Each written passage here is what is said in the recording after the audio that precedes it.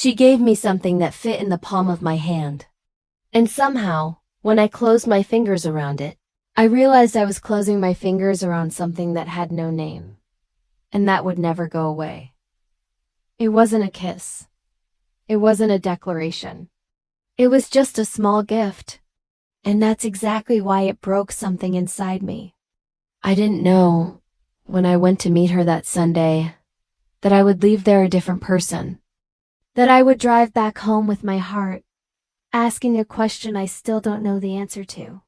If you've made it this far, you already know this channel isn't for everyone. It's for those who feel too much and speak too little. Subscribe to the channel right now, and tell me in the comments where you're listening to this from. I woke up that Sunday with that strange feeling that sometimes appears without warning. It's not sadness. It's not exactly loneliness. It's more like an empty space in my chest that I don't know how to fill and which gets louder precisely when everything is quiet. My city had this thing about Sundays in November. The cold morning air that gets heavier as the day goes on. The quieter streets. The windows with yellow light inside the houses. There's something about this scenery that makes you feel slightly out of place, as if everyone else has found where they belong except you. I stared at the ceiling for a while before picking up the phone. It wasn't the kind of morning that invites you to do nothing. It was the kind of morning that invites you to lie in bed, waiting for something to find you. Her message had arrived the previous night. Can I come by tomorrow? I have something for you. Simple as that. No exclamation point. No emoji. She always writes like that, economical, direct, as if words were too precious to waste. I answered yes without thinking much. It was her. I always said yes to her. We've known each other for 3 years. 3 years that feel like 10 in that way that happens when someone enters your life and fills spaces you didn't even know existed. It wasn't a friendship that was built little by little, it was one that simply appeared already formed, already comfortable, as if we had arranged to meet long before we even knew each other. I met her at a dinner party I didn't want to go to. I sat next to her because it was the only seat available, and we spent 2 hours talking while the dinner unfolded around us as if it were a stage set. When I left, she said, "It was good having you here," and I thought, it was good to be there. That Sunday, while I waited for her to arrive, I wasn't thinking about any of that. I was just wondering if I should sweep the room first, if I should offer her coffee or tea, if my pants were nice enough to receive someone who had seen me in pajamas more than once, and never said anything about it. Sometimes anxiety disguises itself as practicality. I heard her car on the street before I heard the doorbell. I already knew the sound. And my heart. She came in with her coat still buttoned up, her cheeks slightly flushed from the cold, carrying a small craft paper bag in both hands as if carrying something that could break. She smiled before saying anything. She always does that. She smiles first, as if she needs to establish that she's okay before speaking. "Am I late?" she asked, knowing that she wasn't. I said no and gestured for her to come closer, take off her coat, make herself comfortable. She knows my house better than most people. She knows where the glasses are. She knows that the second step of the stairs creaks. She knows that I leave books in places that don't make sense. But that day she came in with a different kind of care, like someone carrying an intention she hasn't yet revealed. She put the bag on the living room table before taking off her coat. That was all. A small gesture. And I realized I was looking at that bag as if it were going to breathe. We went to the kitchen first, which is what we always do. There's something about the ritual of making tea or coffee that creates a kind of rhythm for conversation. Hands busy, eyes on the stove, words that come more easily when they don't need to be said while looking directly at someone. She leaned against the counter while I put the kettle on to heat. We talked about nothing important. Her work this week, a series we were both watching, the cold weather that had arrived earlier than expected this year. But there was something different about her that day, Something in her shoulders, perhaps. In the way she held the cup when the tea was ready with both hands, as if she needed that warmth. I noticed it without intending to. That's how it is with her. I observe before deciding to observe. We came into the living room. We sat on the sofa with the cups, and the bag was still there on the coffee table. Between us is a pause. I didn't ask what it was. She didn't offer. For a few minutes we simply sat in a silence that didn't need filling, the kind of silence that only exists between people who have learned that they don't need to justify their existence together. Through the window, the trees on the street had almost all lost their leaves. The sky had that November color, neither gray nor blue, something in between that doesn't have a precise name. And she was there, on my sofa, warming her hands on my cup, looking outside, and I was looking at her, without realizing it, or realizing it and not wanting to. There's something I've never been able to quite explain about being near her. It's like my body becomes slightly more awake, not in an agitated way, but the kind of awakeness that happens when you pay attention to something with all your mind without knowing you're doing it. That day I was stronger than usual, and I didn't know why. She told me something about her week, a situation at work, a comment that had bothered her, someone who didn't understand what she was trying to do. I listened. But at the same time, I was strangely aware of small things. The way she tucked a strand of hair behind her ear as she spoke. The way her fingers circled the rim of the cup. The rhythm of her breathing when she got to the most difficult part of the story. That small pause before she said what she really felt. I said the right things. I know her well enough to know what she needs to hear, not easy validation, but the truth spoken carefully. She relaxed a little when I finished speaking. That relaxing of shoulders she does when she lets something go. You always know what to say. She spoke without looking at me. I didn't answer. Because what I wanted to say was that wasn't quite it, that I didn't know what to say, I only knew what she needed it. And that was completely different. That was something I learned about her over 3 years of attention that I never called attention to, that I never named. The afternoon sun began to stream through the window at a more angled angle. The way November does, making everything both slightly golden and slightly melancholic at the same time. It hit her sideways, at shoulder level, on the side of her neck, and I had to breathe in a deliberate way that I hoped wouldn't be visible. It wasn't the first time I'd noticed her like that. It was the first time I'd noticed that I was noticing. There is a difference. Small. Devastating. She turned her face to me suddenly, as if she had felt the silence change texture, and looked at me for a second before looking at the bag. I can, she asked. And I said yes, even without really knowing what I was authorizing. My heart was beating in a way that didn't match the quietness of the room. My throat was slightly closed. My body...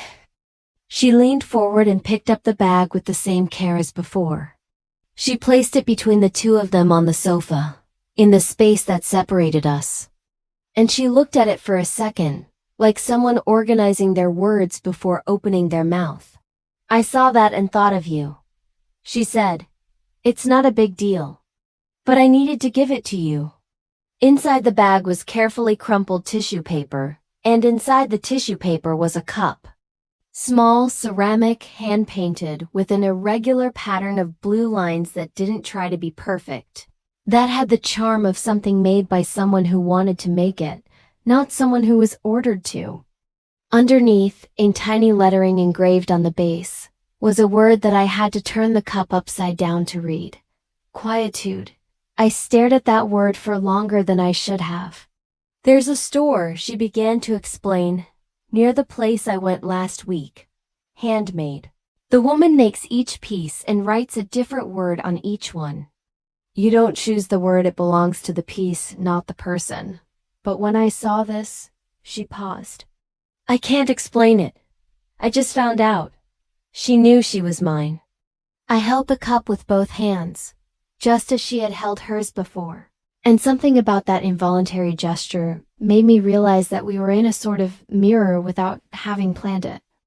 My thumb slowly traced the irregular blue lines, and I felt the relief of the ceramic as if it were important to memorize it. "Did you like it?" she asked in a voice that was different in volume than usual, lower, closer to the territory where things really matter. I said yes. But what I felt was different from liking it. It was like receiving something that proves someone paid attention to you in a way you didn't know you were being seen.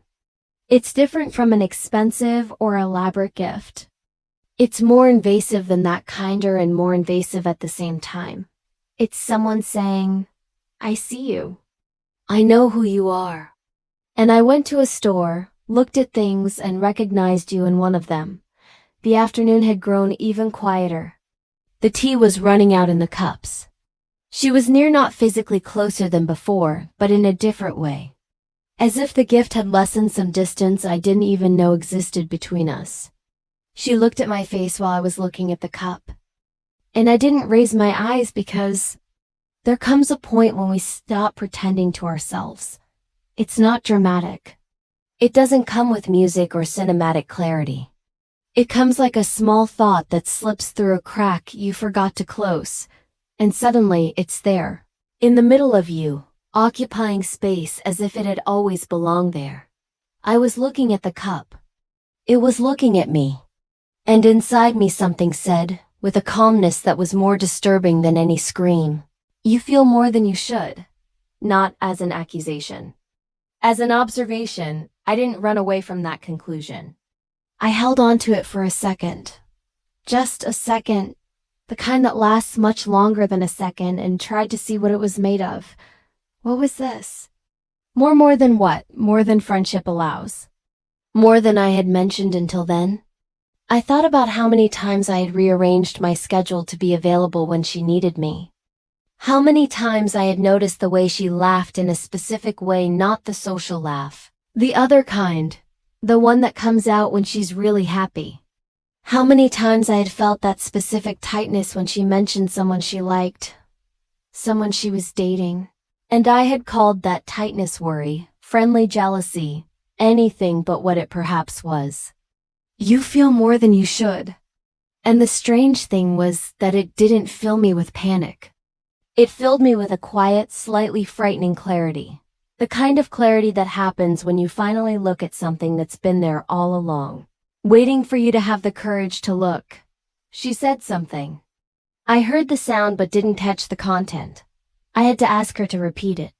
"You've gone too far," she said with a small smile. "What were you thinking?" I said, "In you." And then he laughed lightly, in a way that tried to make it sound casual, friendly, obvious. "Regarding what you told me earlier." I added this quickly, an explanation that was technically true and at the same time nowhere near the truth. She accepted with that smile of hers, the smile that doesn't know it's beautiful because it's not trying to be. And I sat there holding a cup with the word quietable, thinking about how sometimes the loudest silence is the one we carry within ourselves. It wasn't acceptance yet. It was just observation. But it was too much to pretend that. The afternoon continued as afternoons sometimes do, without hurry, without a clear purpose, with the feeling that no one needed to be anywhere else. We made more tea. She stayed in the kitchen with me this time, leaning against the refrigerator while I waited for the water to boil. And we continued talking about things that seemed small and probably weren't. She asked me about a book I had mentioned weeks ago. I asked about a trip she had planned but hadn't yet taken place. The conversation had that familiar rhythm that only exists when you know each other well, sentences that complement each other. Topics that appear and disappear without ceremony. The silence between one subject and another that doesn't need to be filled. But there was something different about that silence now. I could feel it. And I suspected, not with certainty, not with proof, just a suspicion that resided in the space between what we said and what we didn't say, that she could feel it too. On the way back to the room, she sat closer. Not dramatically closer. Just a few centimeters that changed the physics of the space between us. I noticed I didn't say anything. She didn't say anything. We both stared at the same point for a moment out the window, at a tree on the sidewalk swaying slightly, its last leaves clinging as if they knew they were about to fall. And there was something in that shared gaze that was different from simply looking at the same place. It was like sharing a thought without having to say it. Like being inside the same sentence without having opened our mouths. "Are you well?" she asked suddenly. Not as a formality. Like someone who really wants to know. I said I was. And then I paused. And I said, "You?" And she took a second before answering. A second that was an answer in itself. "Try," she said. "I am fine." But the way she said it was the way someone is telling the truth while keeping part of it to themselves. I recognized it because I had done the same thing a moment before. The cup with quietude was at the table in front of us. We were both looking ahead. The afternoon light was fading. There was a question hanging in the air between us that neither of us asked. And we both knew it. And neither of us. She went to get her jacket when the sky outside turned a color that left no doubt about the time. I walked her down the hall, as I always do, as if accompanying someone to the door was a way of delaying the end of things a little. She was putting on her jacket and I was leaning against the doorframe. And there was a kind of lightness in the conversation, now a lightness that perhaps came precisely from everything that hadn't been said, that was floating between us like mist. She finished buttoning her jacket and looked at me. "Thanks," I said. "For the cup." "You didn't need to." "I wanted," she replied. Simple. Direct. Without any of the qualifications people usually add when trying to downplay the significance of a gesture. And then she was quiet for a second longer than usual. That kind of second that happens when someone is deciding whether or not to say something. I saw it. I recognized it. My heart went absolutely still like an animal that senses something is about to happen and waits without breathing. She opened her mouth. And her phone rang. Not a warning. A connection with that vibe that's impossible to ignore, that shatters anything that was forming in the air. She looked at the screen like someone looking at something that arrived at the wrong time, knowing it arrived at the wrong time. I saw half the name on the screen before looking away as if I hadn't seen it. "I need to answer," she said, in a voice slightly different from the one she'd been using a second before. Flatter. More back. "Of course," I said. And she answered, and I opened the door, and she walked past me with a nod. A look that lasted a second longer than a farewell look usually does, and she was gone. I closed the door. I stood in the hallway for a while, I can't even count it, staring at the closed door. Thinking about how it's possible for a phone to ring at the exact moment something was forming and whether that was luck, or protection, or the universe being kind, or the universe being cruel, and how sometimes it's impossible to distinguish between the two. She had opened her mouth. I had seen it. And I would never have known what would come out of there because in the following days, life was normal. That's the hardest part to explain. There was no drama, no awkwardness, none of the obvious signs that something had changed. We kept texting each other. She sent me a meme about that series we were both watching. I replied. We laughed. Normal. But there was something different about me that made the normal sound slightly out of tune. Like a note that's almost right, and therefore more unsettling than a completely wrong note. I put the cup on the shelf in my room. Not in the kitchen where the other cups are. In the room, where what matters is. And then I went a few days without looking at it, because looking at it was thinking, and thinking was entering a spiral that I didn't yet know how to navigate. Work helped. Work always helps when you need something that demands more from you than you're willing to give, because then you don't have any leftovers to spend on things you shouldn't be thinking about. I threw myself into an intense week, leaving early, coming back late, eating whatever I could while working and sleeping soundly. It worked while it worked. On a Wednesday night, she texted asking if I was okay that I'd been quiet. I said I was fine, that it was just a busy week. She sent a heart emoji, the small simple one, and said, "Let me know if you need anything." I read that message 3 times, not because it was ambiguous, because he was completely, simply, painfully kind. And her kindness at that moment, that uncomplicated kindness, without ulterior motives, completely natural, was the hardest thing to receive. Because it proved that she wasn't carrying any weight, that that Sunday might have just been a Sunday. That the opening of her mouth might have just been a random phrase. That the extra second in her parting glance was probably my interpretation of something that didn't exist. Or it proved that she was much better than me at keeping things. I replied with the same emoji, the little heart. And I stared at the screen for a while afterward, with that feeling of having gotten too close to something and then recoiled, not knowing if the retreat was my choice or not. She wasn't really absent. We talked. Sometimes I'd go days without noticing the difference. But then a quiet hour would arrive, the end of an afternoon, a Saturday morning with coffee and nothing planned, the space between waking up and getting out of bed, and she was there. Not her thoughts exactly, more her feeling. Like when you hear a song and it stays in your head hours later, even when you're doing something completely different. I found myself remembering things that shouldn't be memorable. The way she'd run her finger along the rim of the cup that Sunday. The way the November sun had hit the corner of her shoulder. The second before the phone rang, the exact second she'd opened her mouth. Memories have this particular cruelty. They don't arrive in the order in which they happened. They arrive in the order in which they mattered. And what matters most always has more texture, more smell, more color than what simply happened. I started noticing things I hadn't noticed before. Or things I noticed without registering. When she mentioned a future plan that only included her, something tightened slightly. When she texted late at night and the content was only, "Hey, are you awake?" I would pause for a few seconds without responding, not as a game, but because I needed a moment before entering that space of conversation, which was both very comfortable and very complicated.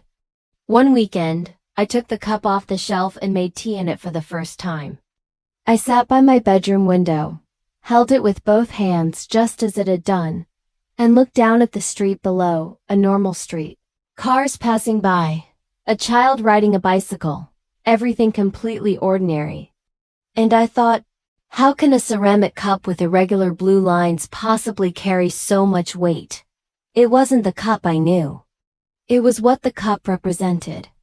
It was the fact that she had entered a shop, looked at an object in the world, and thought of me. It was that she knew enough about me to recognize that quietude, it was my word, even though I never said it out loud.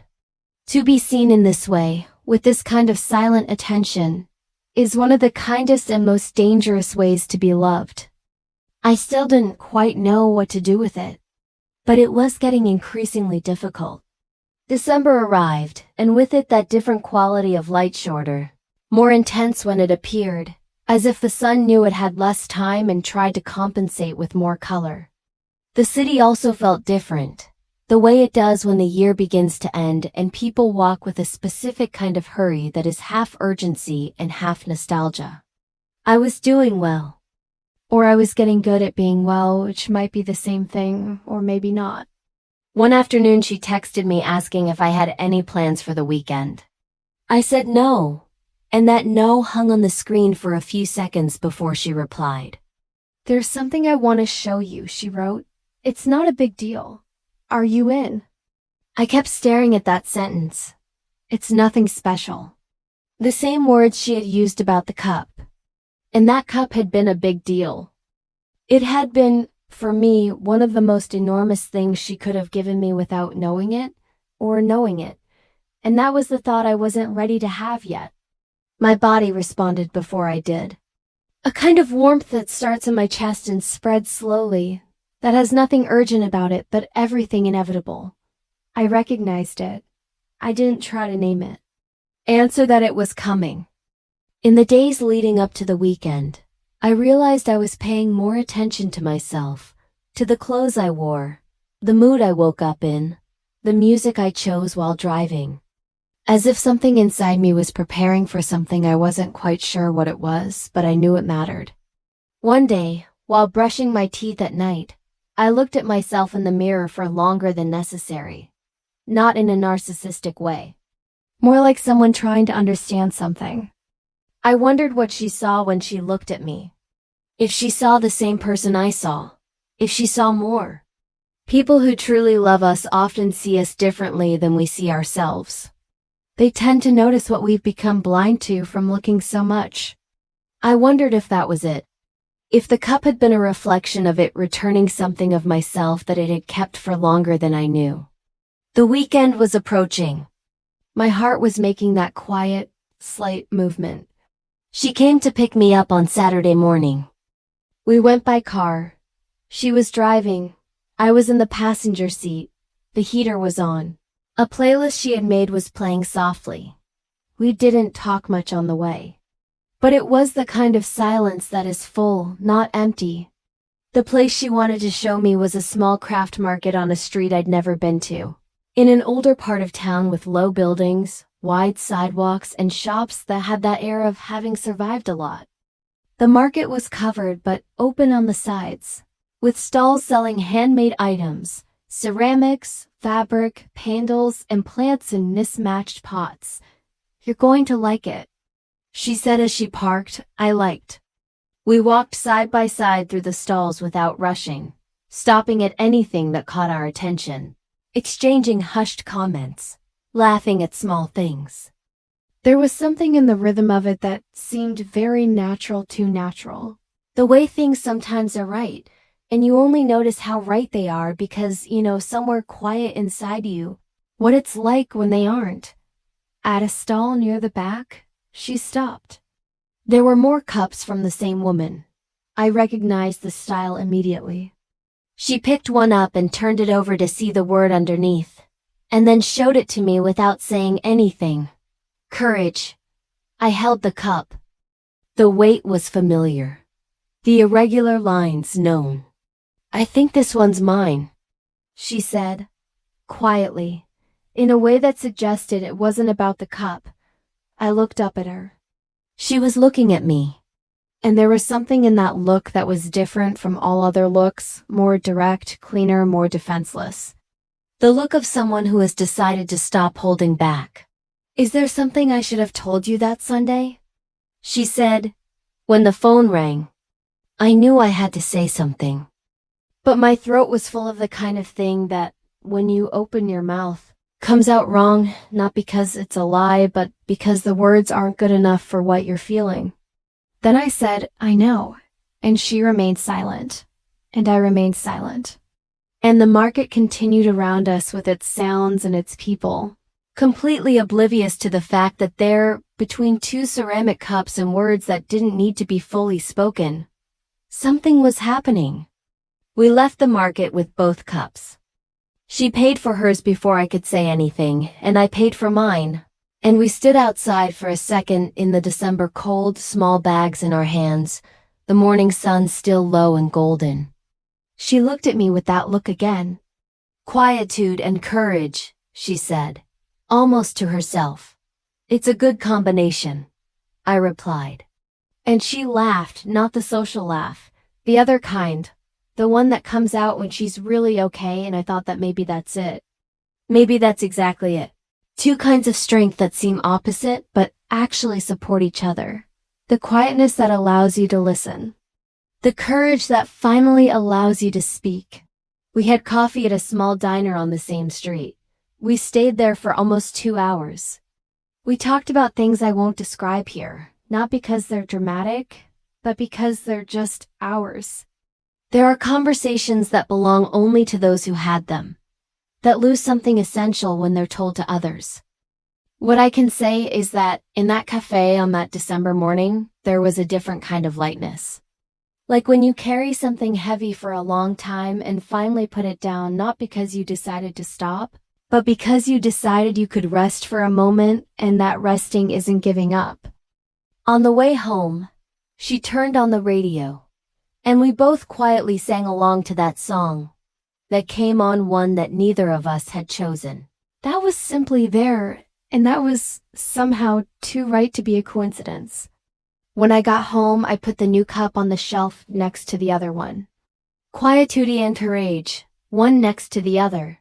I stared at them for a while, thinking about how sometimes objects hold more than just the moments in which they were given. Thinking about how this woman who entered my life at a dinner I didn't want to go to, who leaned against my counter and warmed her hands on a cup, who opened her mouth before a phone rang, had become, without asking permission, one of the most important things I carry with me. I have no way of knowing what comes next. Nobody does. But I know that on that shelf there are two cups that say everything I needed to hear about what's possible when you stop being afraid of what you feel. And every time I make tea in them, either one, I stand still for a second, holding the heat with both hands. And I remember that she knew. Before I did, she knew. If this story resonated with you, hit the like button. It's the only way to tell me I'm not talking to myself. And if you haven't subscribed yet, subscribe to the Another Flame channel right now. There are more stories waiting for you here. If this feeling is still with you when you close your eyes tonight, the next video starts exactly where that feeling ends. It will only appear for those who stayed until now.